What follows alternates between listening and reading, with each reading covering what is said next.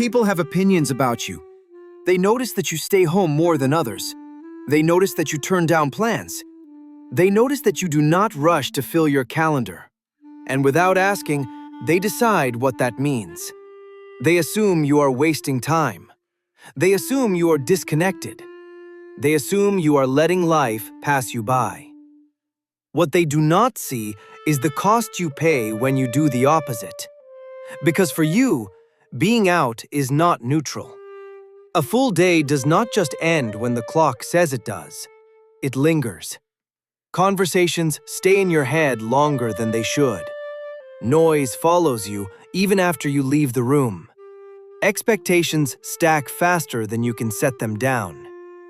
By the time evening arrives, your system is already managing more than people realize. So when you choose to stay home, it is not about comfort. It is about containment. From the outside, staying in looks like doing less. From the inside, it feels like preventing overload. This is where the misunderstanding begins. People assume that loving home means you do not enjoy connection.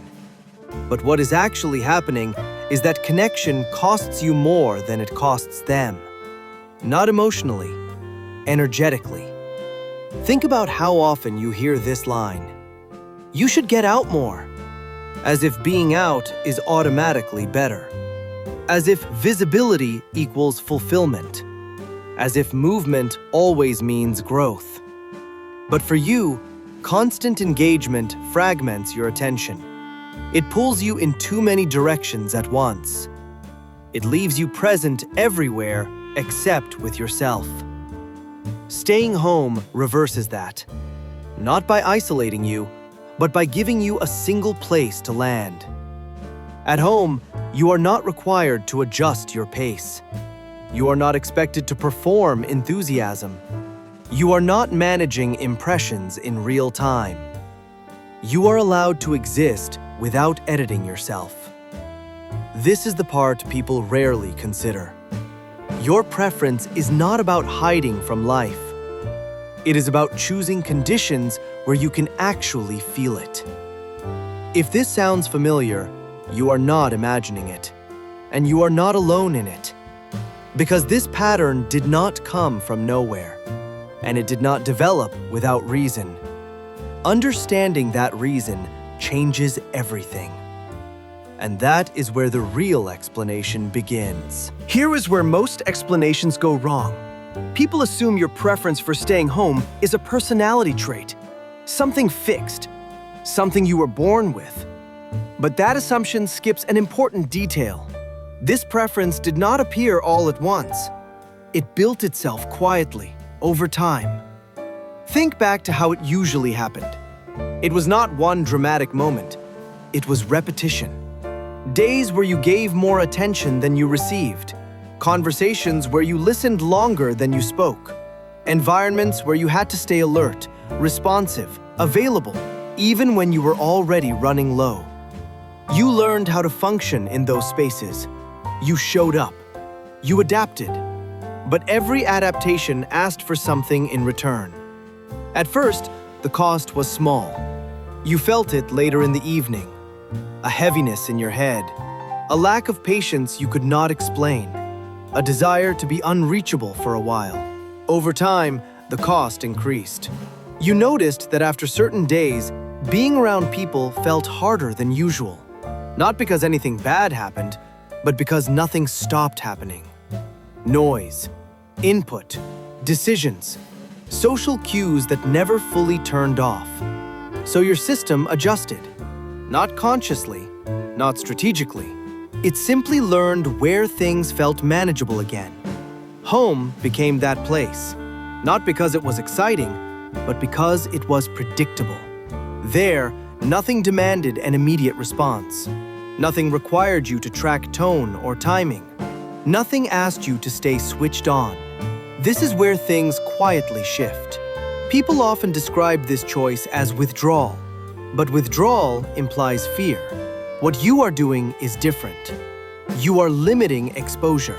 In the same way someone steps out of bright light after too long, you step away from environments that drain you faster than they restore you. If this pattern sounds familiar, pause for a moment. You can leave a comment and say yes, not to explain yourself, just to acknowledge it. Because many people live this pattern without ever naming it. What makes this difficult is that from the outside, restraint looks like lack, less activity, less visibility, less movement. But internally, restraint is how balance is maintained. You are not disengaging from life. You are managing capacity. And when capacity is respected, something important happens. You stop operating on edge. You stop pushing past limits you never agreed to. You stop feeling like rest has to be earned through exhaustion. This is not about choosing comfort over growth. It is about recognizing when growth without recovery becomes damage. And that distinction matters more than people realize. Because when it is ignored long enough, the preference to stay home stops being a choice. It becomes a necessity. And that is where the story deepens even further. There is another layer people rarely notice. It shows up in how you relate to others. Not in how often, but in how deeply. You do not reach for constant interaction. You do not feel the urge to check in just to fill space. You can go long stretches without talking and still feel connected. From the outside, that gets misread. People assume distance means disinterest. They assume silence means something is wrong. They assume closeness must be proven through frequency. But that is not how your connection works. When you do engage, you engage fully. You listen closely. You notice details others miss. You remember what was said weeks later.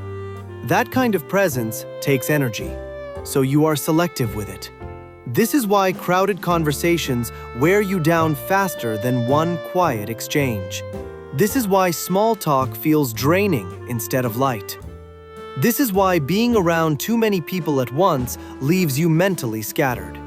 Not because you dislike people, but because you do not divide your attention easily. Here is where things quietly break down. In social spaces, speed is rewarded. Quick reactions, immediate responses, constant visibility. Your rhythm does not match that pace. You pause before speaking. You think before responding. You process internally before sharing outward. To some people, that looks like hesitation. To others, it looks like distance. But what is actually happening is regulation. You are not pulling away from emotion. You are moving through it slowly enough to stay grounded.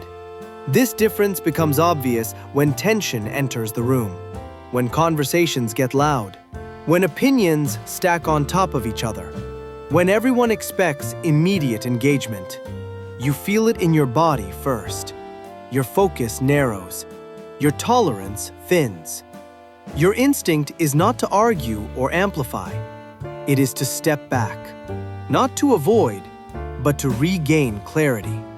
If this feels familiar, you can pause here and reflect on it. You can also leave a comment if this is something you have noticed in yourself. Many people experience this without ever understanding it. What others call detachment is often discernment. You do not react to everything because you do not need to. And this is where staying home begins to make even more sense. It is not just a place to rest. It is a space where your attention does not get pulled apart, where you can think in full sentences again, where your inner voice does not compete with the room. This is not withdrawal from connection.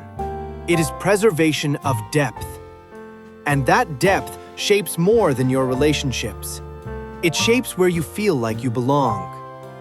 That is where the cost begins to surface. This difference becomes most visible in everyday moments, not in deep conversations, not in private reflections, but in ordinary social rituals.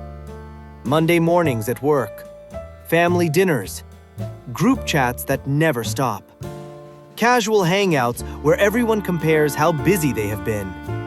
Someone asks a simple question, "So what did you do this weekend?"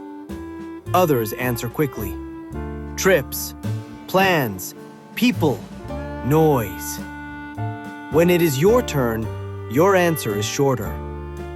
Nothing much. The response is subtle. A pause that lasts half a second too long. A polite smile. Then the conversation moves on. No one says anything wrong, but something shifts. Because in many environments, activity signals relevance. Busyness signals engagement. Visibility signals connection. And your calm does not translate well. Your quiet gets misread. Your steadiness looks like distance. Your comfort with yourself looks like detachment.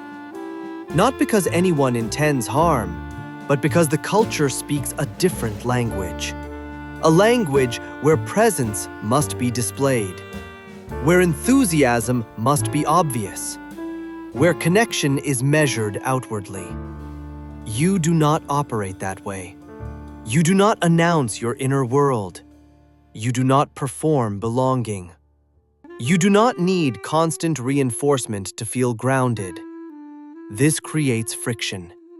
Not loud conflict, quiet misunderstanding.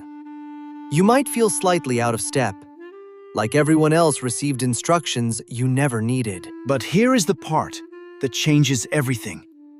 Loving staying at home does not mean rejecting life. It means choosing how you participate in it. Some people invest their energy publicly, in groups, in constant interaction, in shared momentum.